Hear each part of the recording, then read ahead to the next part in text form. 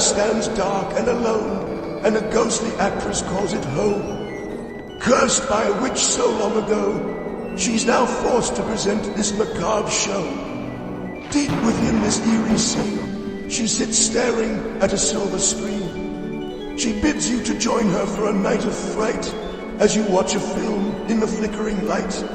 Some of them good and others quite bad. One thing for certain, this cinema's mad.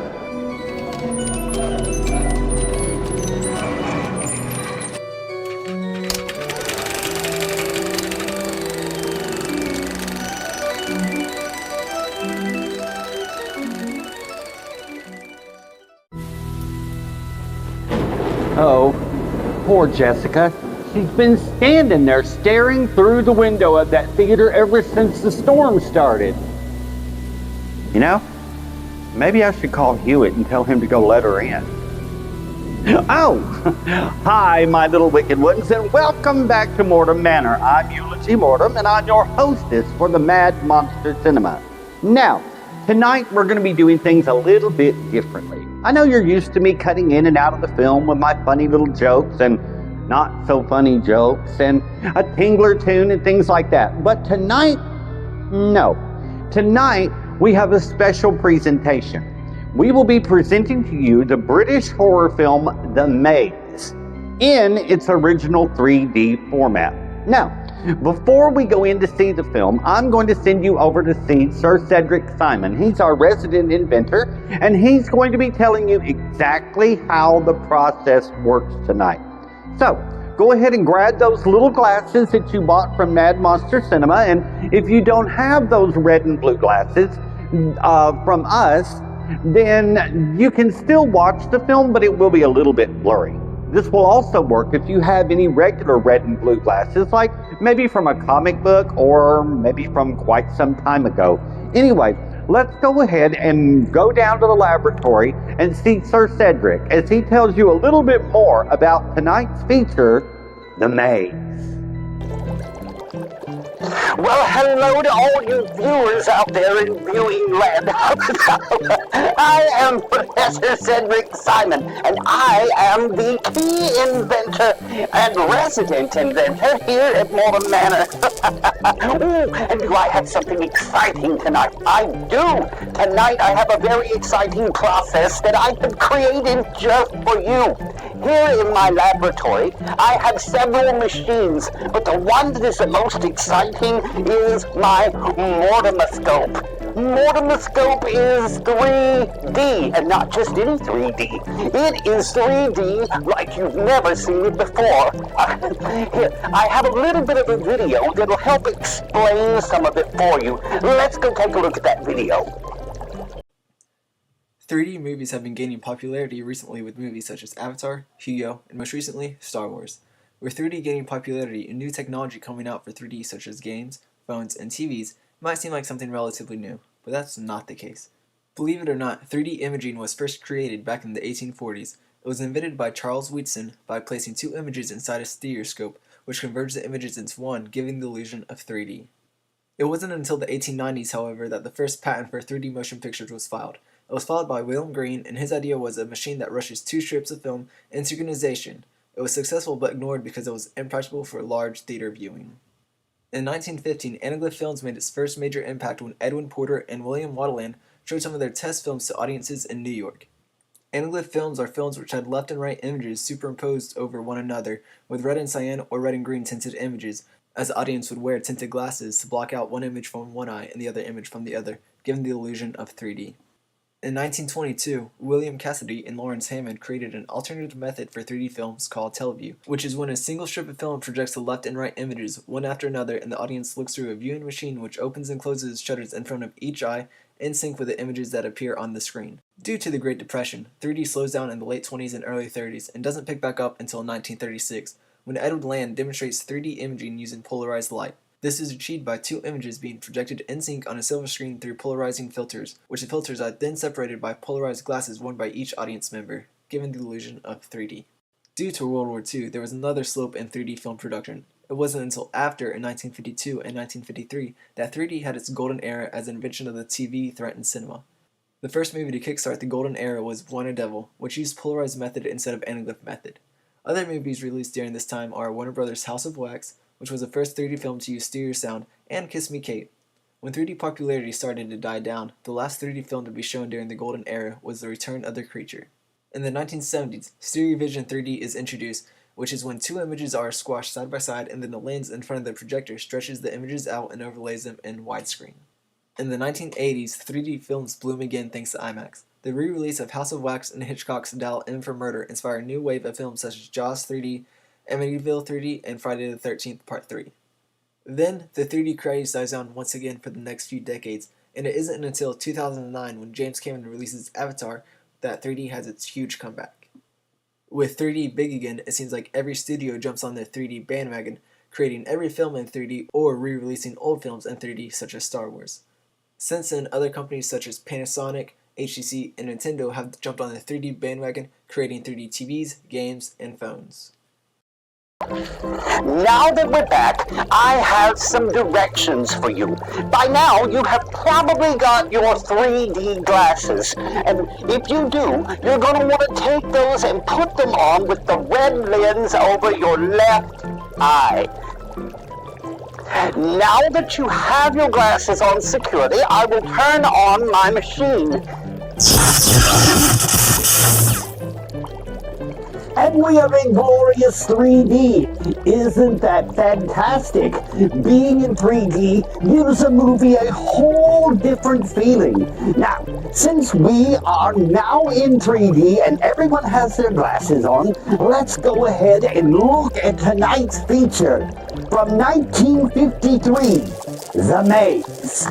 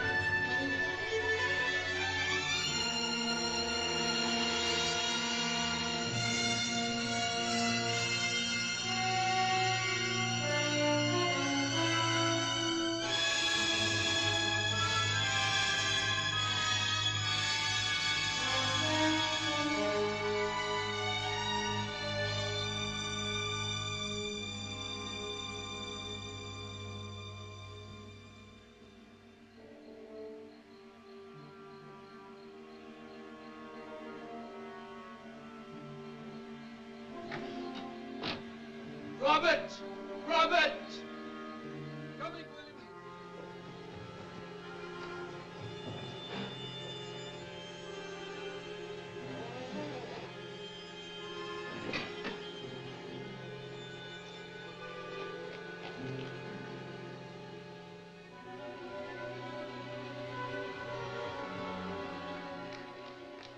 What's the matter, William?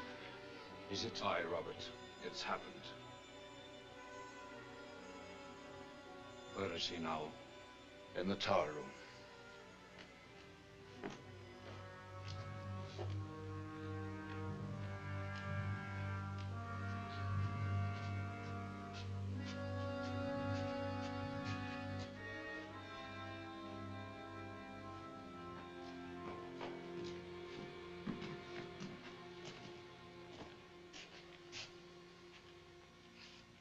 What must we do now, William?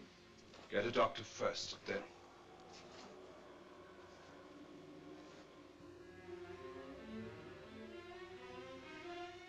can't bring a doctor here. You know that. We'll have to chance it. Get him downstairs to one of the bedrooms while I go to the village. What about Mr. Gerald? I'll get in touch with him and tell him that he must come here to Craven immediately.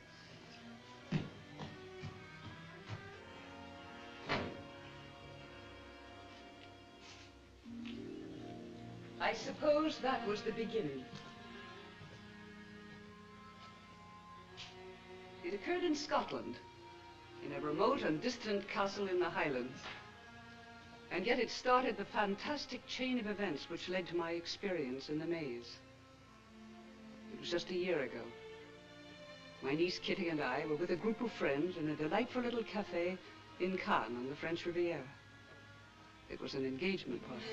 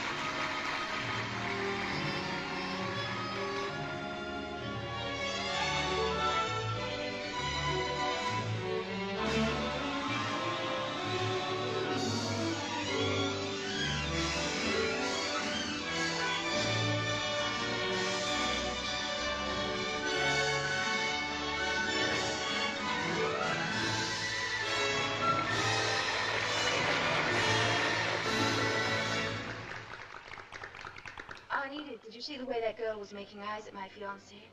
Honestly, it makes me wonder what you'd be doing if I weren't here. I should probably be out looking for you, just as I've been doing most of my life. See why I'm marrying him, Aunt Edith? He always says the right thing. Well, I've always mistrusted glib men before. I'll have to make an exception in your case, Gerald. Thank you, madam. Well, it seems to me that as the prospective best man, I'm entitled to at least one dance with the bride-to-be. That's before Jerry takes her over, for better or worse. May I, Kitty? Of course, Richard. Oh, stop smiling, Gerald. You're supposed to be jealous. You know, Aunt Edith, this being in love is an extraordinary thing. It makes me realize all the years I wasted without being in love. Gerald, do you think your uncle, Sir Samuel, will come to the wedding?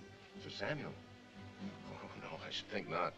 He's kept himself locked up in that miserable Craven castle ever since I can remember. I have heard it's a beautiful place. Maybe it is from a distance. Do you know that in all these years, not a single improvement has ever been made at Craven? No electricity, no telephone, no central heating system, nothing. How long since you've been there? 15 years. When I was there, they had the most fantastic set of rules. My uncle used to lock me in my room every night. Then there was a maze, an overgrown maze, and a gate with a padlock on it. Just one more place that I was forbidden to visit. A maze? What on earth for? Who knows? Every Scottish castle had a maze at one time or another. Most of them have been removed, but not the one at Craven. Ah, very handsome couple. Thank you, Kitty. Well, fare thee well, sweet people. I am going to the bar, where I shall drown myself in a sea of champagne. Life for me is finished. Well, for me, I still have 2 weeks as a bachelor, and I'd like to enjoy them. How about dancing? Not telling what that might lead to. Well, suppose we find out.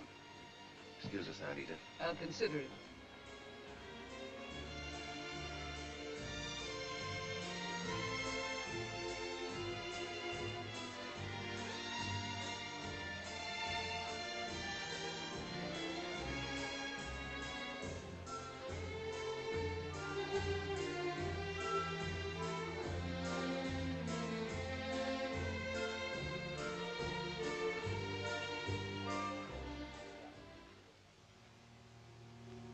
Gerald's words about Craven Castle and the McTeam family worried me. Not only what he said, but something he neglected to say.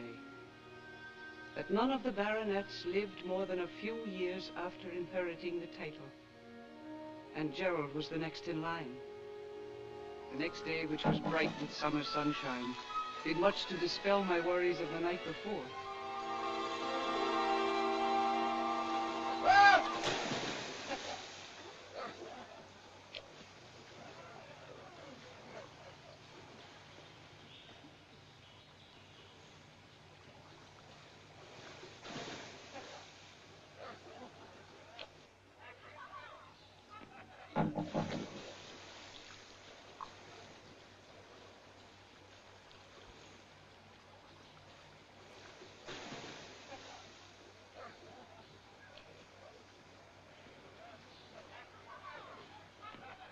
I need it! Oh, the water's wonderful, I need it. We ought to try it. Oh, this just came for you, Gerald. Express letter. Express letter? Who could be that anxious to get in touch with me? Your Uncle Samuel, I imagine. It's from Craven Castle. Craven Castle? I haven't had a letter from there in 15 years. What is it? It's for William, my uncle's butler. He says it's urgent that I come to Craven as soon as possible. Oh, Gerald, I'm sorry. When must you leave? Well, I'm not leaving anywhere until you and I are married. Oh, darling, that won't be for 2 weeks. And if it's urgent, you better go right away. Maybe your uncle's ill. But we scarcely know each other. We don't mean anything to one another. I suppose you're right. I'm sorry, darling. I'll get back just as soon as I possibly can. After all, I'm having a wedding in a couple of weeks, and I wouldn't like to miss it. Glad to hear it. Well, don't look so glum, Aunt Edith. You know, in a way, it'll be a good thing to get rid of Gerald for a few days because we can go shopping for my trousseau and not have him watching all the French models. Oh, and that's particularly what I was looking forward to. I'll go up and change right now. I'll catch the noon plane for London. The sooner I get up there, the sooner I get back. I'll see you in a few minutes, darling. Mm-hmm.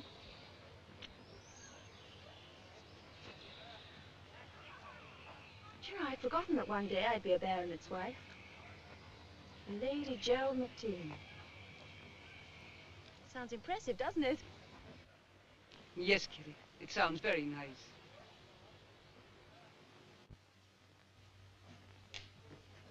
Good afternoon. Bonjour, mademoiselle, madame. Has the late mail come in yet? Oui, mademoiselle. I'm sorry, there's no mail for you today. Thank you. We should have heard from Gerald by now, Aunt Edith. It's been a week. He's probably been very busy. I'm sure you'll hear from him soon. I'm worried about him. Something's wrong, I'm sure of it. I'm going to telephone him. Kitty, there are no telephones at Craven Castle. Gerald told me so. No telephones, but there must be. No. He said the castle is just as it was hundreds of years ago. No electricity, no telephones, no modern improvements at all. I'll go to the telegraph office and cable him then. He's probably on his way back here now. Well, he certainly would have let me know if he was. I'm going to cable him.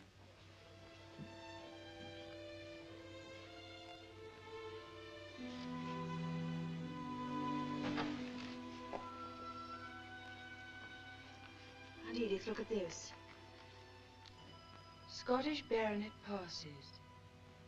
Sir Samuel McTeague, Bart, died at Craven Castle, Scotland, of a heart ailment this past weekend. He was 45 years of age. Sir Gerald McTeague, his nephew and successor as baronet, has announced that the burial services will be private. Poor Gerald. This must be why we haven't heard from him. I'm sure it is. He's had to make arrangements for Sir Samuel's funeral and probably lots of other things, too. I'm sure we'll hear from him now. Of course we will, dear.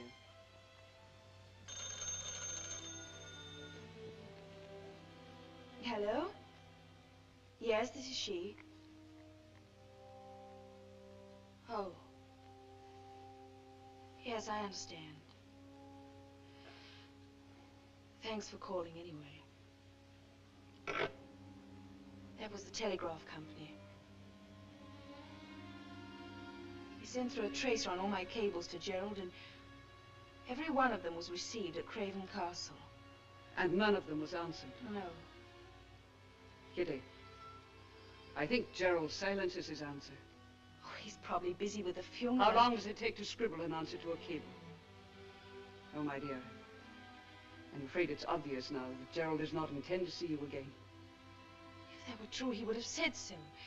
He would have written some sort of explanation. Forget him, Kitty. I can't, I won't. It's all very well to be brave and hopeful, my dear, but how long are you going to wait? As long as it takes.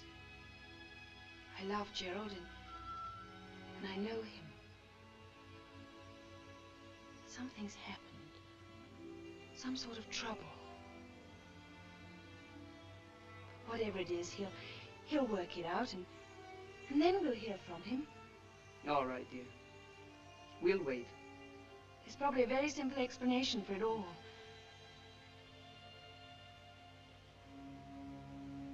I tried to agree with her, but I wasn't sincere about it. I had the awful feeling we would probably never hear from Gerald again. I was wrong. 6 weeks later, a letter came from Gerald, addressed not to Kitty, but to me.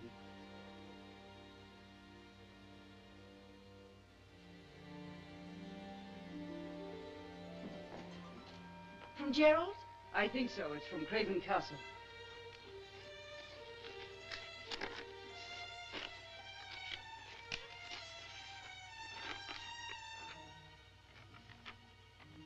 Dear Aunt Edith, I thought at first that I would be able to arrange things.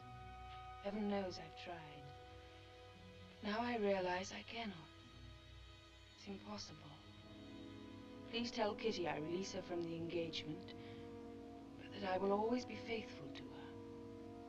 Tell her that I can never marry her unless something happens that I haven't even the right to hope for. Something's been crossed out in pencil.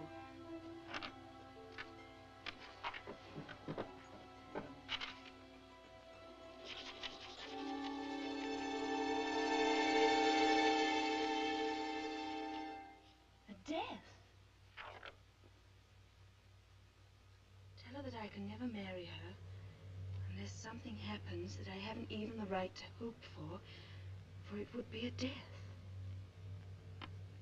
Death, but whose? His uncle died weeks ago. Kitty, I don't know what it means, and I don't want to know. Well, I do. Gerald would never wish for anyone's death. You know that. Perhaps not, but the fact is that well, Gerald... something's happened to him.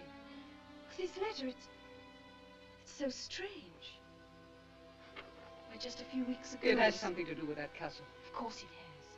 If you think I'm going to let a crumbling old castle ruin Gerald's life and mine, too, you're very much mistaken.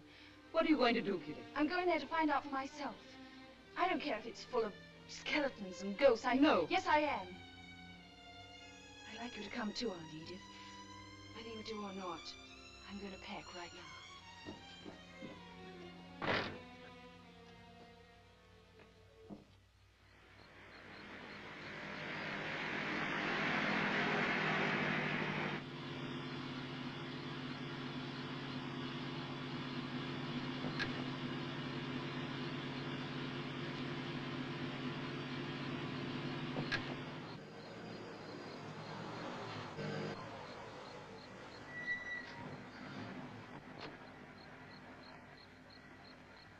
Are you sure this is the right place? Aye, that's Craven Castle.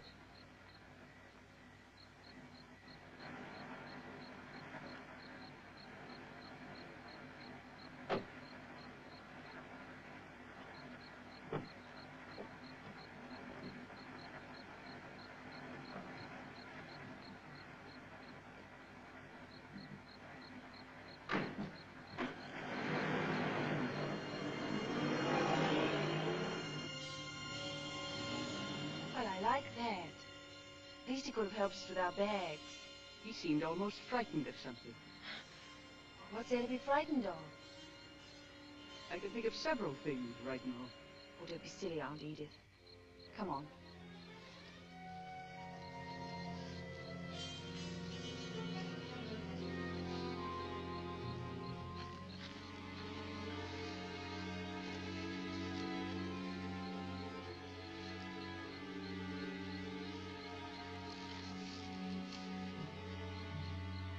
Should have waited until tomorrow. I feel as if I'd stepped into another world. It's sinister, all right.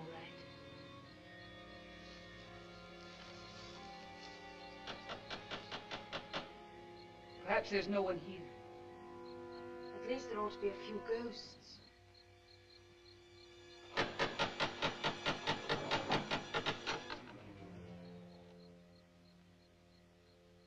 Yes? Oh, we're friends of Sir Gerald McTeam. Sir Gerald is indisposed. And so are we. We're indisposed to standing in this miserable fog. Come on, Aunt Edith.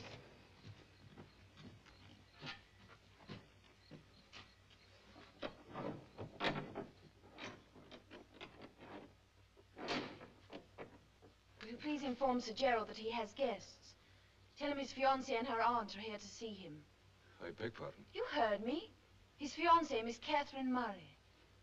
Yes, miss. I'll tell Sir Gerald.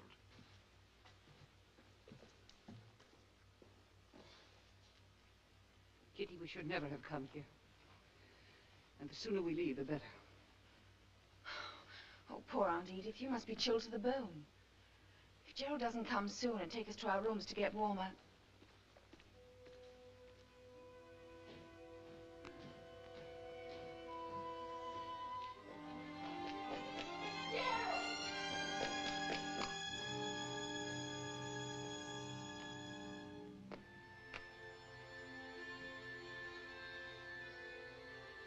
You shouldn't have come here. You're wrong, Gerald. I should have come a long time ago. What's the matter? Tell me. Didn't you get my letter? Yes, Gerald, I received it. Well, then there's no excuse for your being here. I'll expect you to leave at once. We're staying, Gerald. We've been traveling for hours and we're cold and hungry. William. See the ladies to one of the bedrooms. Follow me if you please, ladies. Robert will bring your bags. Thank you, Gerald.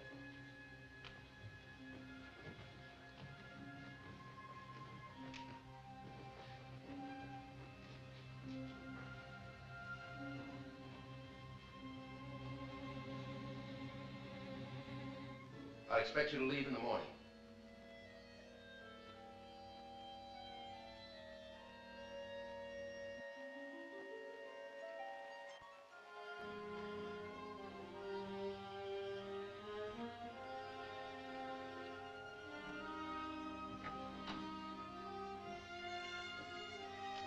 These are your rooms, miss.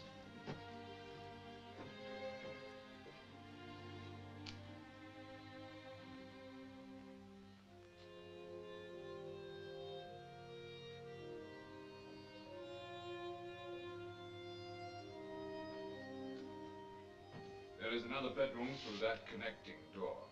Thank you. Would you mind bringing us some hot tea and some more wood for the fire, please? Yes, miss.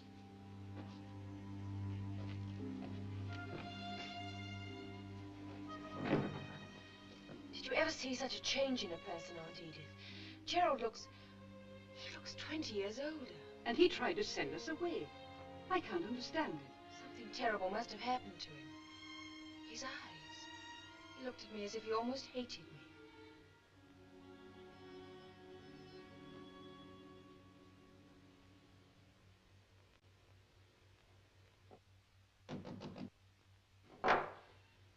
Yes?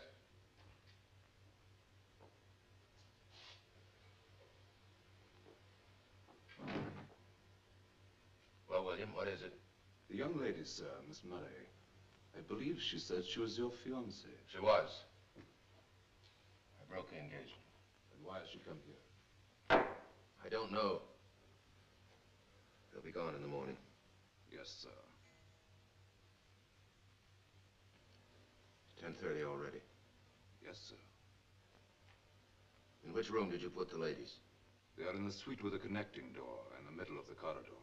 And I took the precaution of ordering Robert to lock both their doors, sir. Yes, William. Thank you. Yes, sir.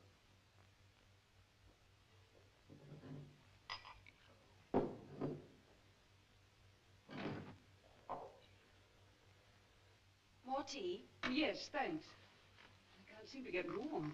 I know what you mean. Oh, what a miserable place this is. Is indeed.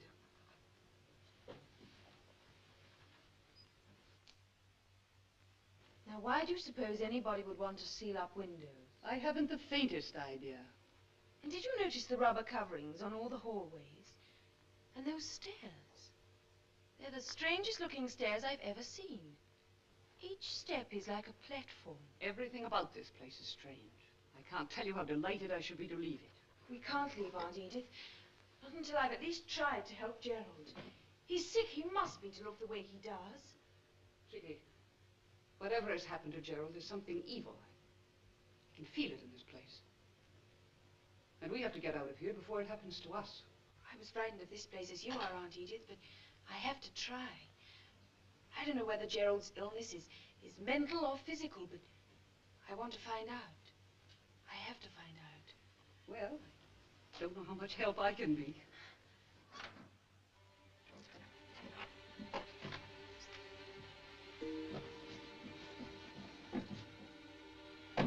Open this door!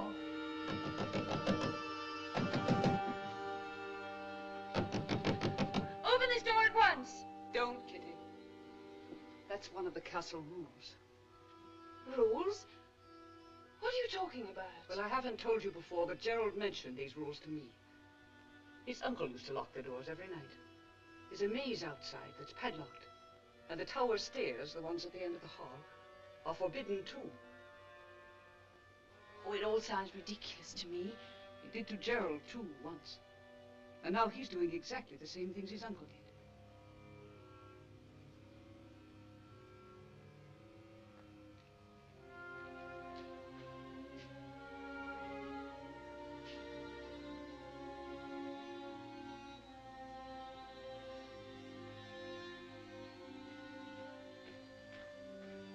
Sir Gerald.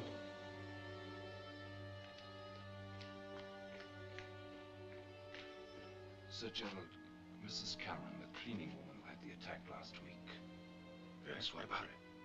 She passed away. I just heard from the village. Make all the arrangements for her burial. Yes, sir. What was the official cause of death? The certificate will say heart failure, sir.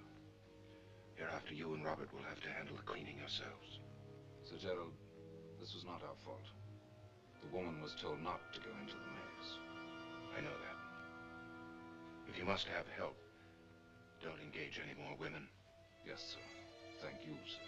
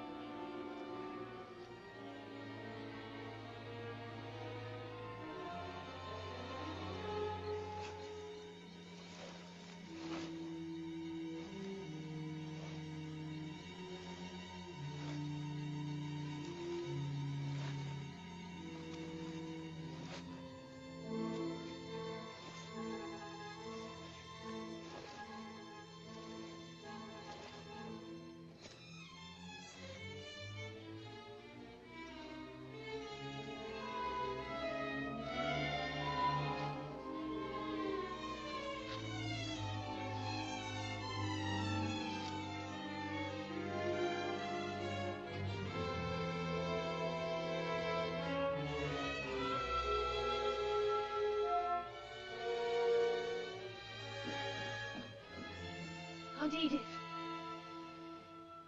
Kitty, what's the matter? There's something going on in the maze. I saw it.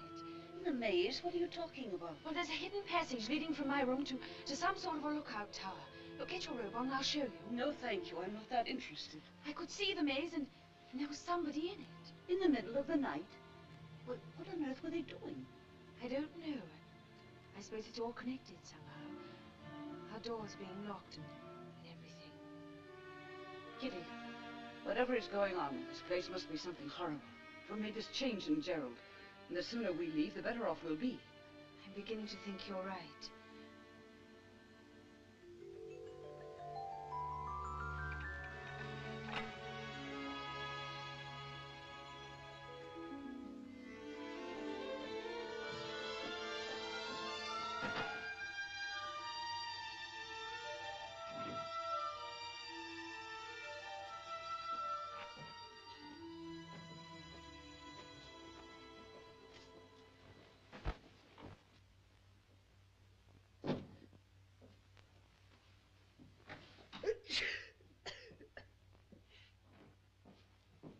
Oh, you're dressed already. Well, it would only take me a few... Bless you. Thank you. This miserable fog. I seem to have got a little cold. I didn't get back to sleep last night. I've been thinking. We can't leave this morning. And why not, I'd like to know? Well, I don't feel any differently about Gerald now than I did before, and I'd like to help him if I can. I haven't even tried yet. He won't let you, Kitty, you know that. He told us we had to leave. Excuse me. I could only figure something out. That's it. You have a bad cold. What on earth are you talking about? It's only a simple head cold. I feel... Well, you'll have to stay in bed for a few days, and I'll tell Gerald that you absolutely cannot leave. I don't think it will work, Kitty. I'll make it work.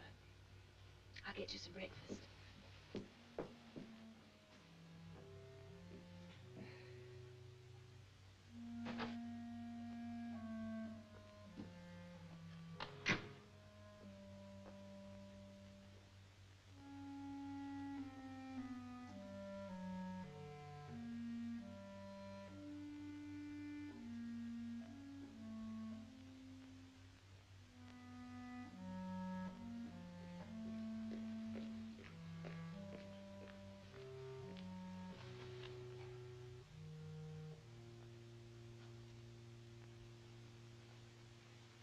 The dining room is this way, miss.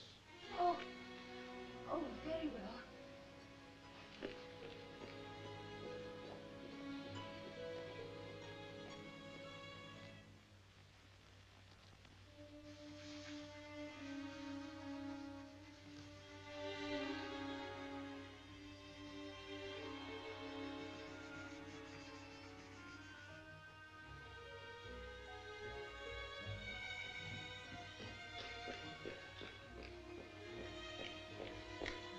Good morning, William.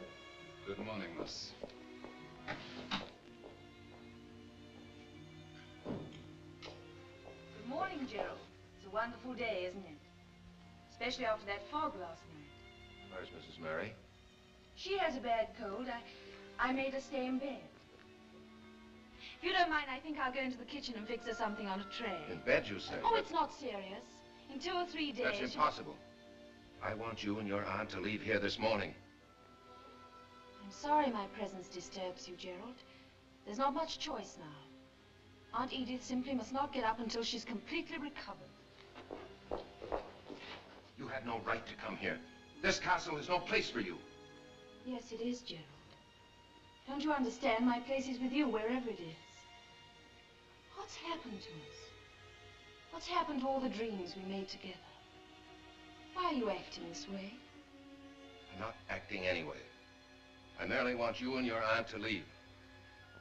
Gerald, I want to help you. My feelings haven't changed, and I don't think yours have either. I said in my letter that I can't marry you. And I can't. If your bags are packed, miss, I'll bring them down now. We're not leaving.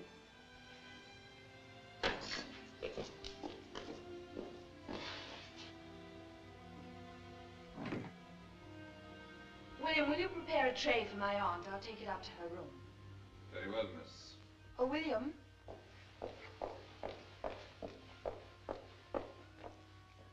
I'd like to ask you something.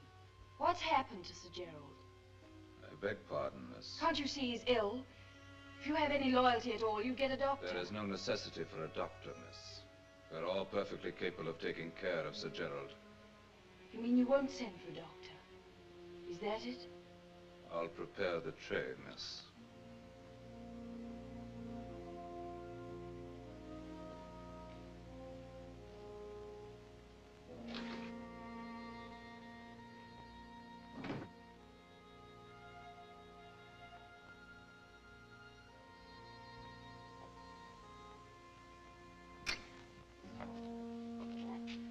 Is there something you want, miss? Yes, will you tell William that I'll take my breakfast with my aunt in her room? Yes, miss. Thank you. And when I told him to get a doctor, he changed the subject quickly. Aunt Edith, I must do something. But what can you do, Kitty? If Gerald won't tell you what's troubling him, he certainly wouldn't tell a doctor. If we could get him to see a doctor at all. You've given me an idea. We'll make him see a doctor whether he wants to or not. Now, what are you talking about?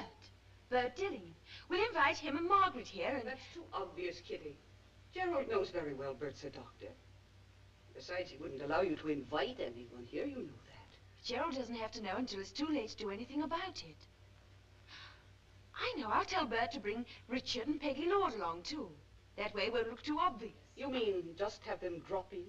Well, it's not entirely impossible. I mean, they could have been motoring through Scotland for the weekend and... Kitty, I hope you know what you're doing. I do, believe me. Anyway, he can't be alone in this castle too long. I mean, these people are his friends.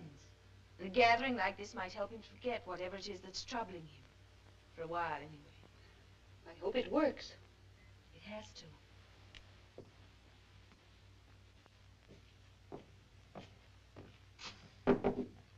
Yes, who is it? I've come for the breakfast tray, madam. Very well, come in.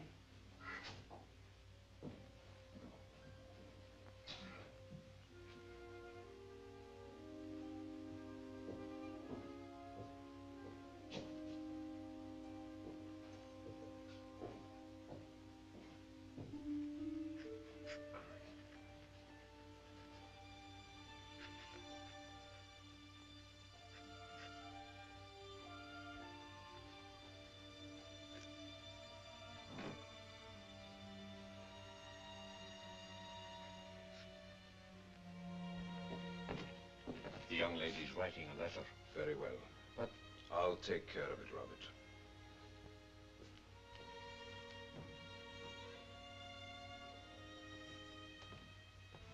Aunt Edith, how do you think this sounds? Dear Bert, I haven't time to explain everything, but it's most urgent that you come here to Craven Castle. Gerald is sick, and his servants will not call a physician for him, and I'm sure he would refuse to see one himself. Please come, Bert, and bring Margaret with you. I think Richard Rover and Peggy Lord should come also, so it will look like a social visit instead of a professional one. There is no time to lose, Bert. Please get here as soon as you can. Kitty. I'm sure that will bring him, Kitty, but how are you going to get it posted? Oh, I hadn't thought about that. Don't worry. I'll get it posted.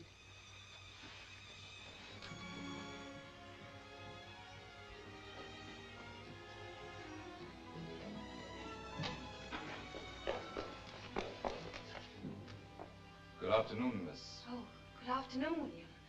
I'll post your letter for you, miss. Oh, no thank you, William. I'll post it myself.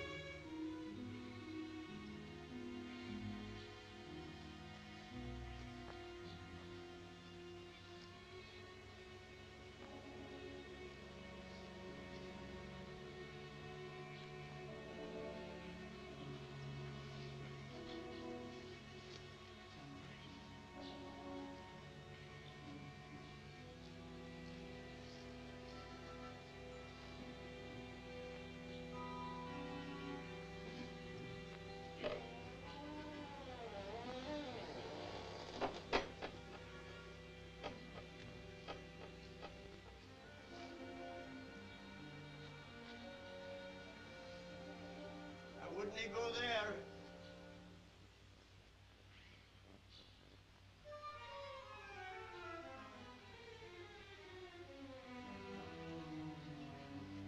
Good morning. It's a beautiful day, isn't it? Aye, miss. Are you lost? Lost? Oh, no. I'm a guest of Sir Gerald's. I'm staying at the castle. A guest? A craven? Yes, Sir Gerald and I are engaged to be married. Well, what's the matter? I wish you the best, miss. I'll pray for you. Thank you.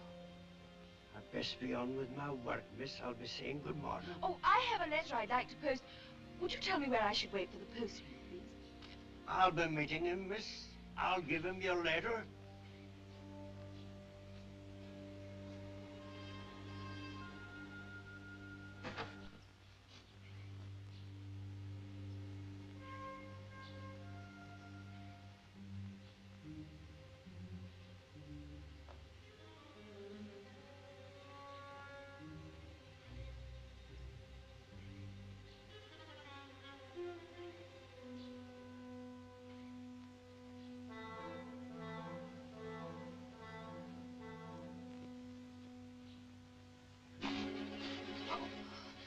Oh, Gerald! Oh, Gerald, you're hurting my arms.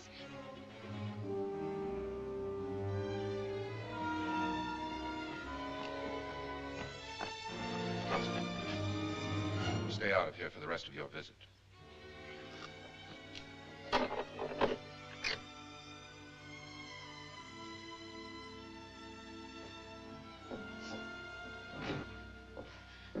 Kitty, what's the matter? It's Gerald. I started to go into the maze and he was just awful to me. Here.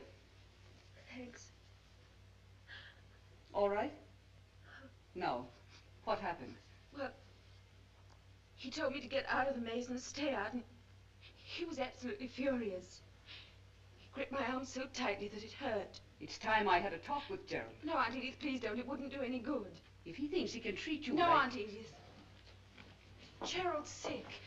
He's not responsible for his actions. I'm sure he feels worse about this now than I do. He's going to feel a great deal worse after I get through with him.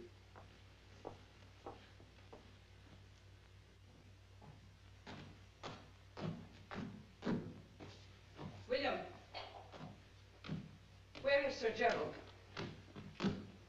Sir Gerald is occupied. Please tell him I wish to speak to him immediately. I'm sorry, Mrs. Murray. Sir Gerald left orders not to be disturbed. I don't care what orders he left. I must see him now. I'm afraid that's impossible. Perhaps tomorrow morning. Please excuse me.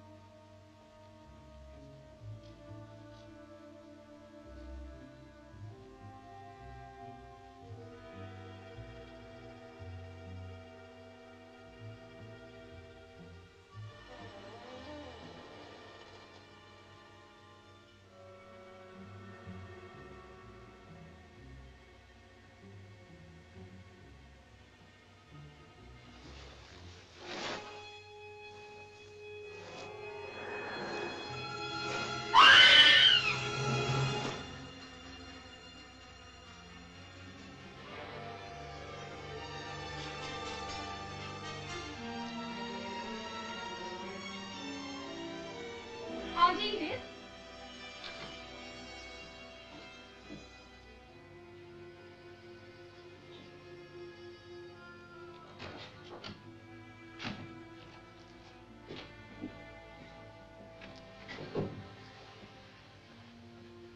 Are you all right, Aunt Edith? What was it? You fainted. Gerald, I went to your room and I saw something.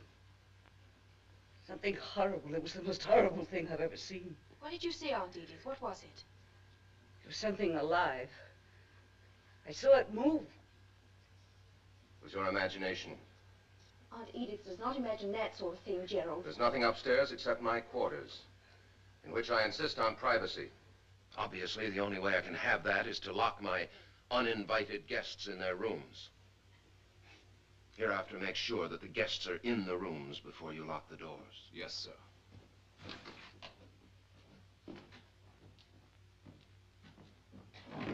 Kitty, I did see something. I know I did. Do you feel better now? Of course. Well, go to sleep. You're tired and overwrought. You don't believe me? Yes, I do, but we'll talk about it tomorrow. Good night.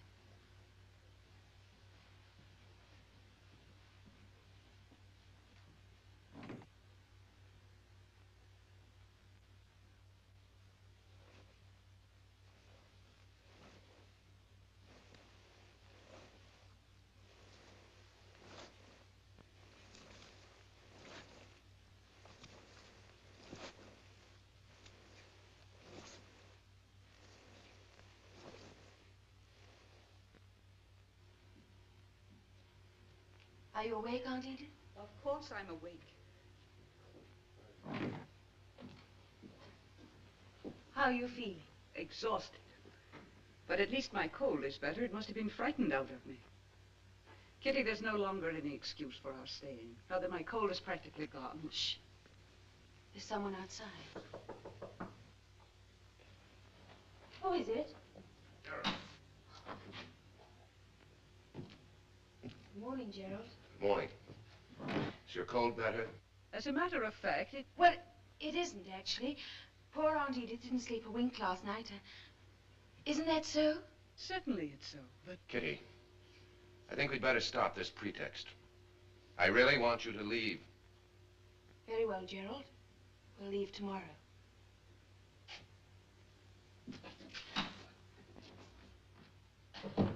Kitty, what can you possibly hope to accomplish by staying another night in this place? I must get Bert Dilling here to see Gerald. Well, after what happened last night, I can't stay any longer. The thing you saw, or thought you saw, can you describe it? No. It was... I don't know what it was. It was so dark I didn't really get a good look at it. Could it have been a man? Well, I don't know. I suppose it could have been a man. Oh, that's what it must have been, I'm sure.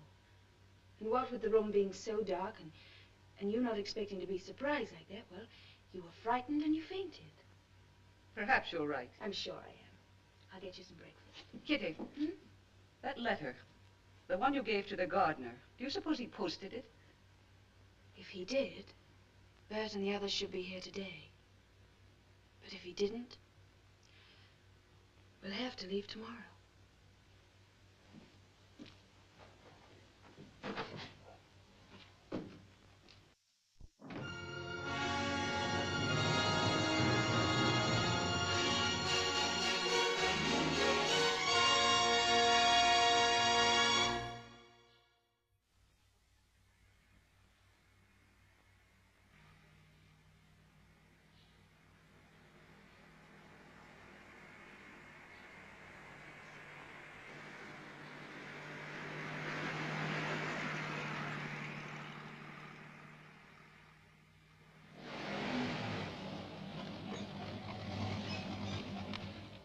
Well, lovely old place, isn't it? Looks like it's going to get ready to fall apart any minute. Don't be silly, Richard. That's what's known as old world charm. Very old. It looks like it hasn't been touched for centuries. You sure this is the right place? Well, there's only one way to find out.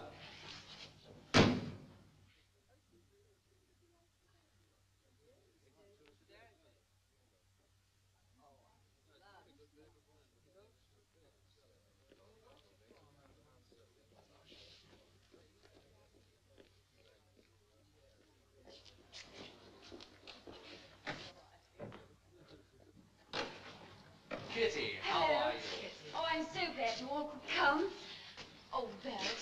Bert, I'm so happy to see you. Hello, my dear. Now, what's all this all about? Well, as I started to tell you in my letter, Gerald's a...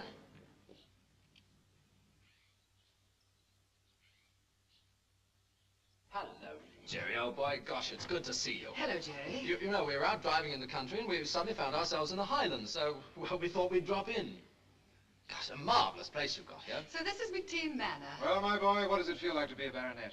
You know, it looks as if you might have some good shooting up here. We brought our guns, you know. It's a wonderful place, Gerald. I'm glad we came. Do you know, I've got the most wonderful news stories to tell you. Well, they'll sound much better over a couple of drinks. Gerald, our friends have been driving all day. I think they'd like to rest a little before supper. William. Yes, sir? Show my guests to their rooms. Yes, sir. Follow me, please.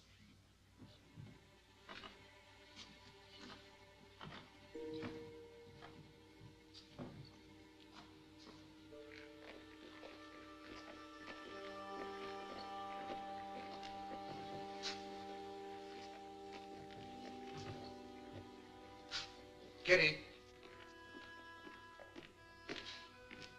I'd like to talk to you. Of course, Gerald. I'll see you later.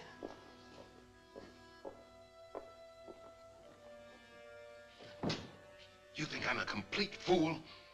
You expect me to believe that those people arrived here just by accident? Gerald, please. I know you sent for them. Why? By what right? Gerald, please listen to me for just a moment. You won't tell me what's troubling you, but whatever it is, it can't be so terrible that you must shut yourself off from the world entirely. These people are your friends. They like you and they'll be good for you. Gerald, I came here because I love you. I want to help you. Please let me. The only way you can help me is by leaving here. Your illness can be helped. I'm sure it can.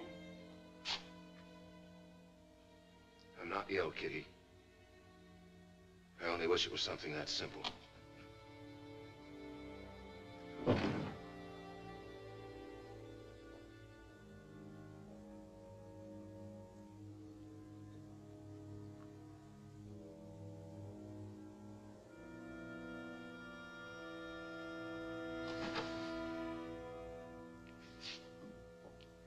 I beg your pardon.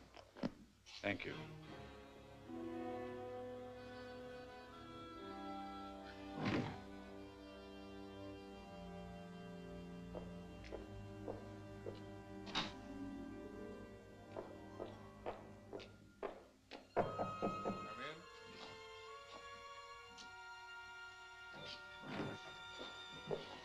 What do you think, Bert?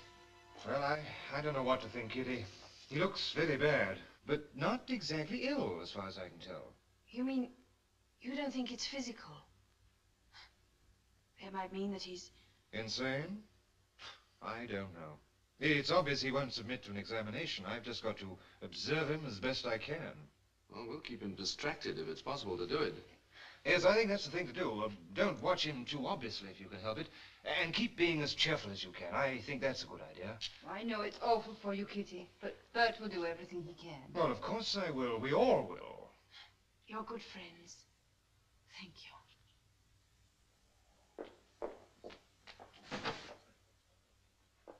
Are you sure you feel well enough to come down to dinner?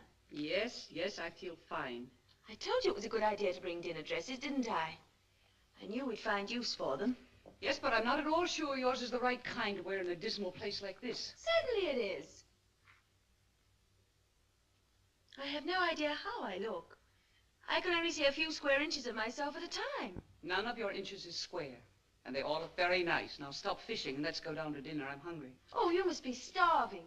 You've had nothing but liquids for days. Maybe we'll have a very nice time. Maybe.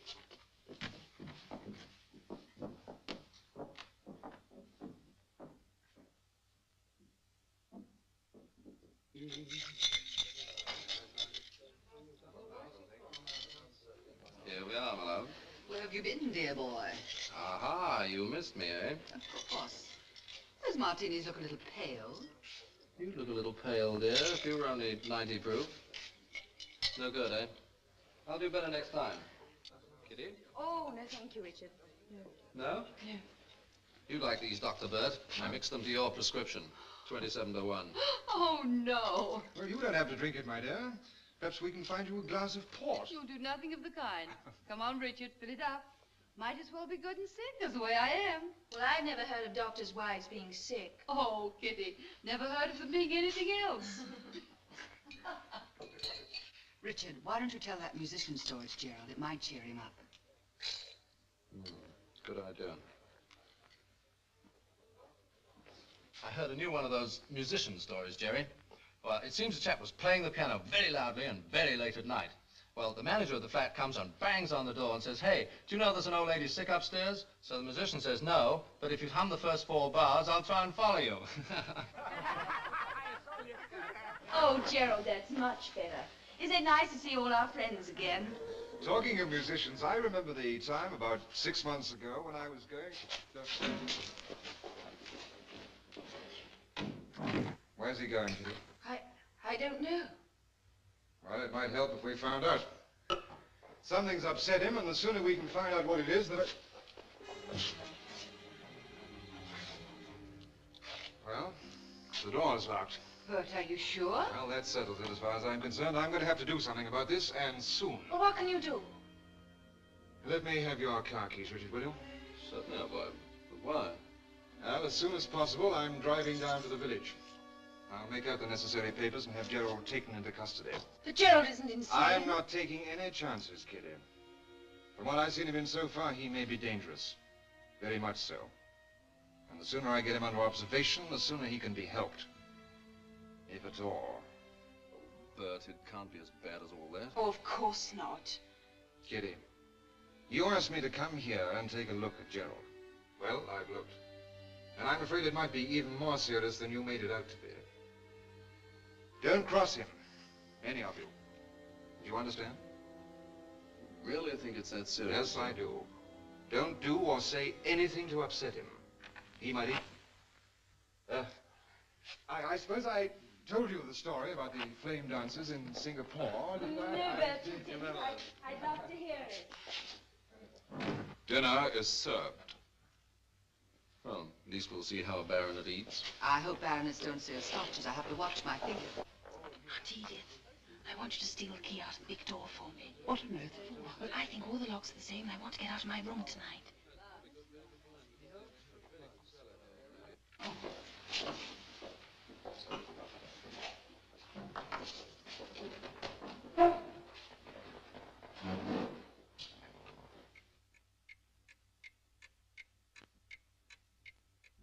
And there I was, you see, with that maddened elephant in front of me and a whole tribe of fuzzy wuzzes behind me. Now, why do you suppose they call those people fuzzy wuzzies? Well, that's just what they call the men, Ducky. They call the girls. Oh, just a moment, young man. We'll have none of your miserable jokes right after a lovely dinner. Miserable jokes. I was just going to quote Kipling like Bert always does. Now, in India's sunny clime, where I used to spend my time, a servant of Her Majesty, the Queen. Excuse me. There's certain rules in this castle, and I'm afraid they must be observed. You'll all be expected to be in your rooms at 11 o'clock, and it's almost that now. But Jerry, really, I mean... It's all right, Jerry. As a matter of fact, I'm very tired. As you can see, I'm not equipped for entertaining here. It's been very nice to see you all, but I must expect you to be gone in the morning. Oh, and please don't be alarmed if your doors are locked during the night from the outside.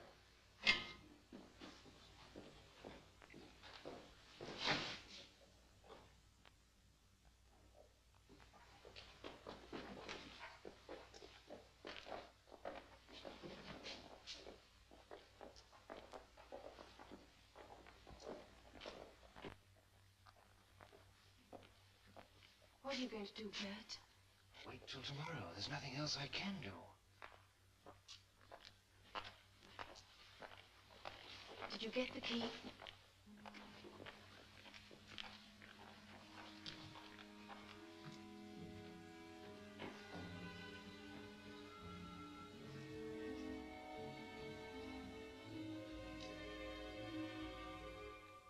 Bert, why don't you stop prowling about and come to bed?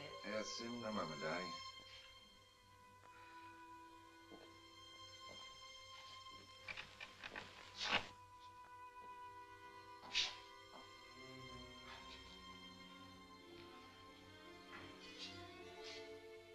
going to do with that?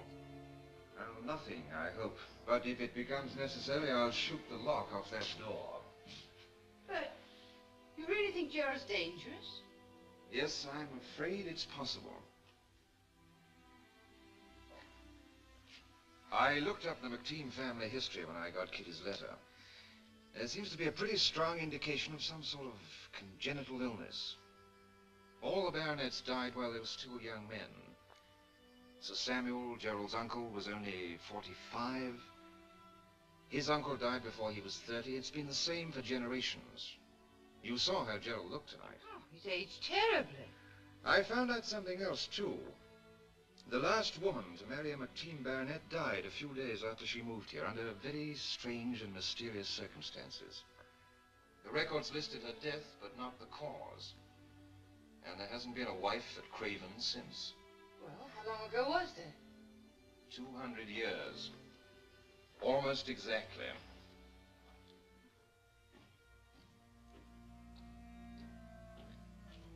Robert.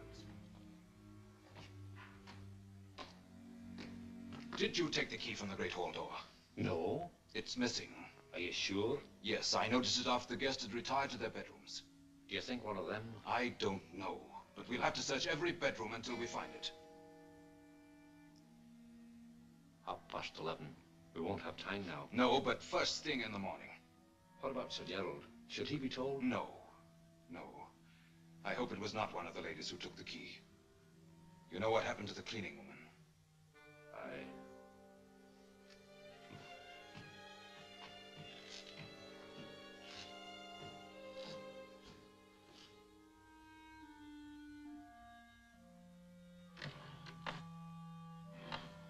Kitty, I wish you wouldn't go through with this.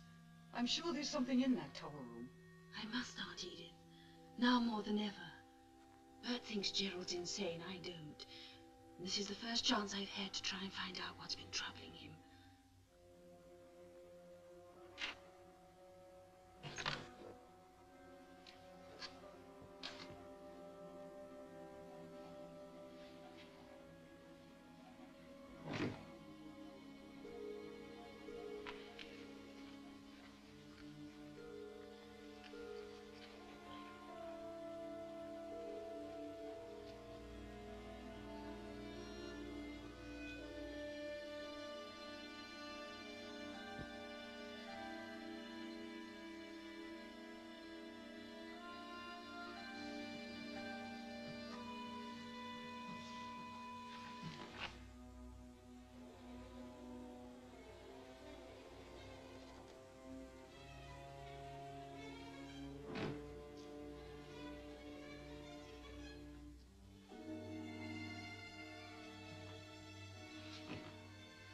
There's no furniture in here at all.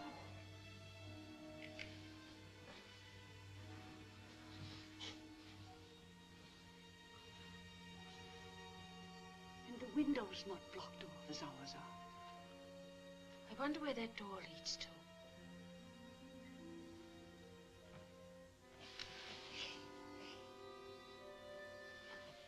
It's a piece of seaweed. I'm sure of it. Yes. And a bowl of tomatoes.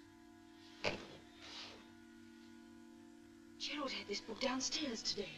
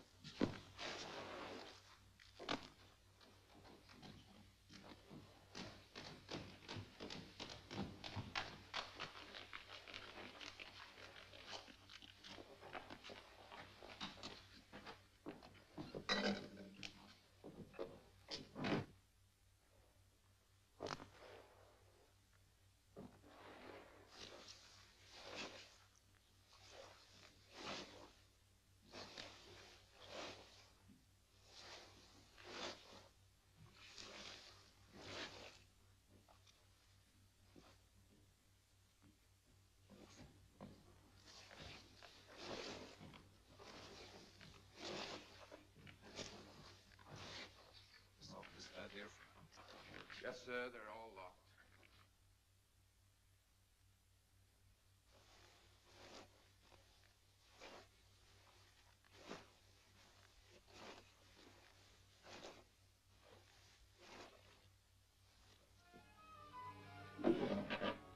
What are you going to do, Kitty? Follow them.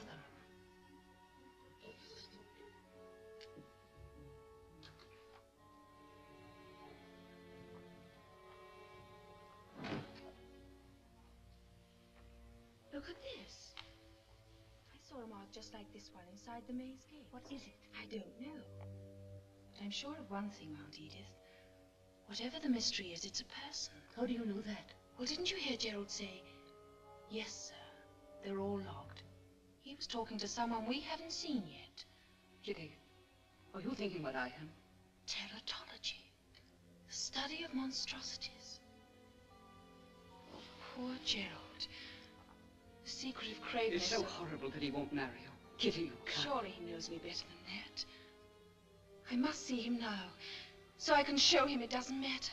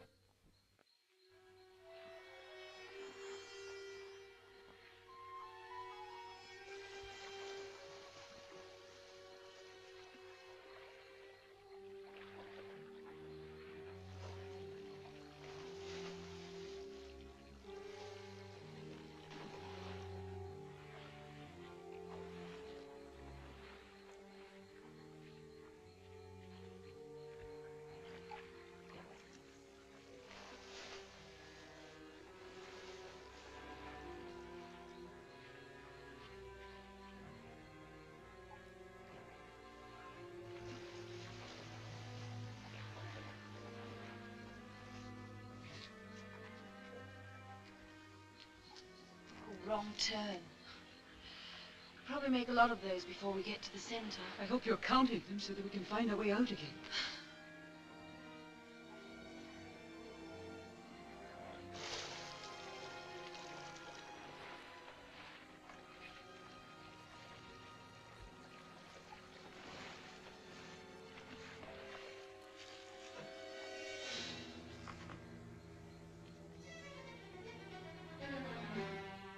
Kitty! Oh. Where are you? Can you see the light? Just a little. Stay where you are and keep whispering. I'll come to you. This way. This way. This way. Kitty. Aunt Edith. The light's gone out. Can you hear me? You sound farther away. Kitty. Aunt Edith. Aunt Edith. This way. This way. Kitty. Kitty.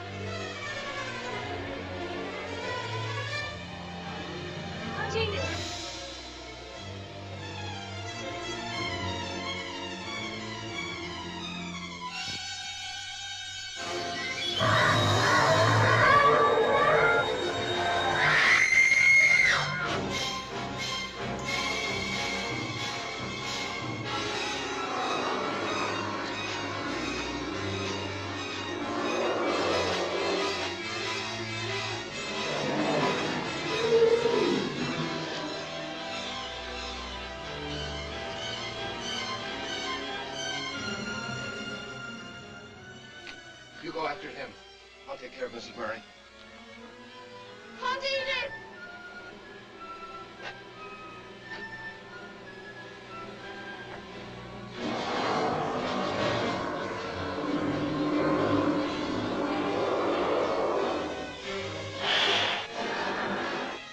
Kitty! Oh, Aunt Edith!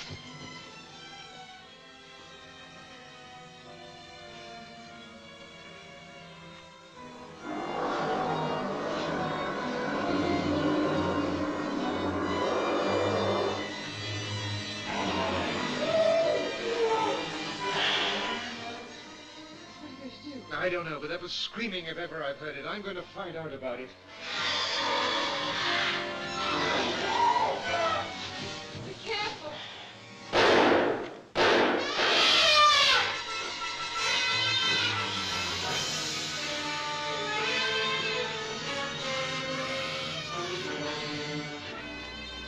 No, Dr. Don't track your hole!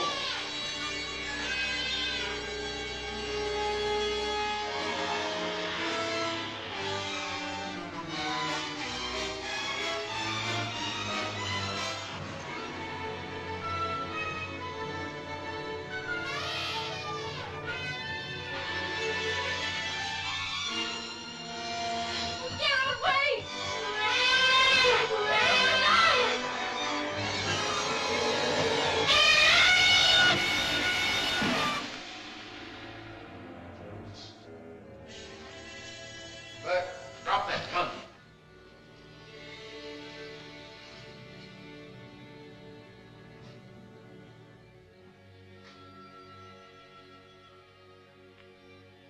He was frightened. I tried to tell him that he was safe, but he wouldn't listen, Sir Gerald. When he tried to climb out of the window, he was too strong for us. I know, William. It wasn't your fault. Carry him inside.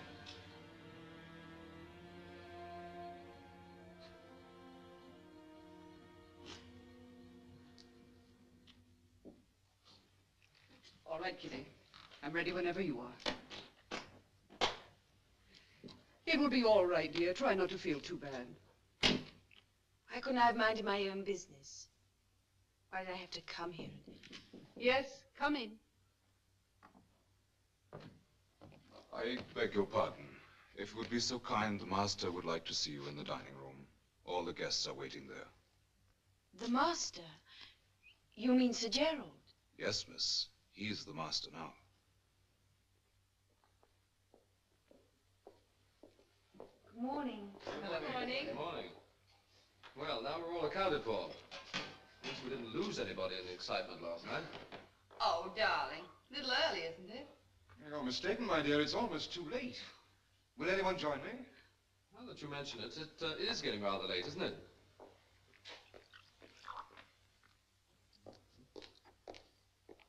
Good morning, my friends. Morning, Gerald. Kitty, I have so much to explain to you. Yes, Gerald? Forgive me, I know I owe all of you an explanation. Yes, I think you do, Gerald. And you shall have it. I know that you all think that I and my predecessors for the past 200 years have been the real lords of Craven. That's not true. The last baronet of Craven, Sir Roger Philip McTeam, was born on the 5th of April in the year 1750. He died on the 10th of May, 1953. Yesterday. Last night. We buried him before dawn, in a corner of the grounds in accordance with his wishes. Gerald, a man doesn't live 200 years. No, Kitty, a man doesn't. But certain types of amphibians do. I'll try to explain it as best I can. All I know is that the human embryo goes through all the stages of evolution, from the invertebrate to the mammal. At one point, the embryo is an amphibian.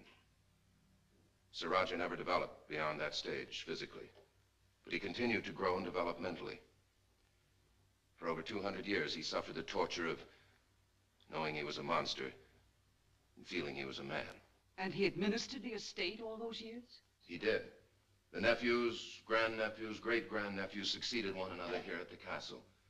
We bore the title of baronet. Yet our true function here was merely to carry out his orders and hide the family disgrace. He couldn't bear for anyone to see him except his nephews and the staff here at the castle. That's why he was so upset last night, Kitty, when you surprised us in the maze. He meant you no harm. He was merely trying to hide. Oh, I see. In spite of everything, he did have certain pleasures. Very often at night, he'd insist on our taking him down to the pond in the maze. He'd take off his cloak and throw himself into the water, his natural habitat. His bed in the tower was a mattress of seaweed, without pillows or sheets or blankets. We buried him in the maze near the pond, where he spent the few moments of contentment of his entire life. I'm sorry. I shouldn't have come here. No, Kitty, no, it wasn't your fault. His own rules of secrecy were at fault. He knew that. If he'd allowed his existence to be known, no one would have thought of him as an evil creature. But he was too proud and too weak. So were we all. Well, now you know it all. I'm sorry for the fright I must have caused you all. Most of all, Kitty, I'm sorry for the anguish that I caused you. All I can say is, my own has been almost unbearable. Kitty and Gerald are married now. They live in the old castle very happily. Everything has been changed and modernized, except for one place. The grave of Sir Roger.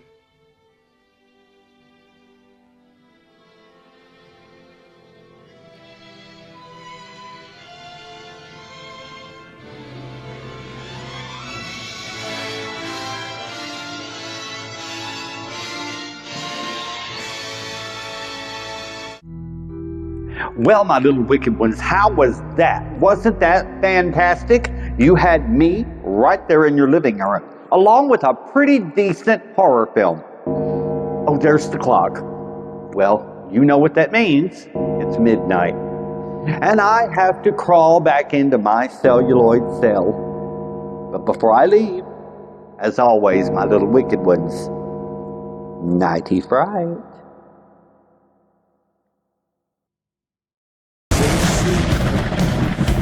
Swings is bad, but they keep coming. You let your motor started running. Locked in a reel, spinning wild. Lost in a fleck, screaming loud. You let your motor can't wait.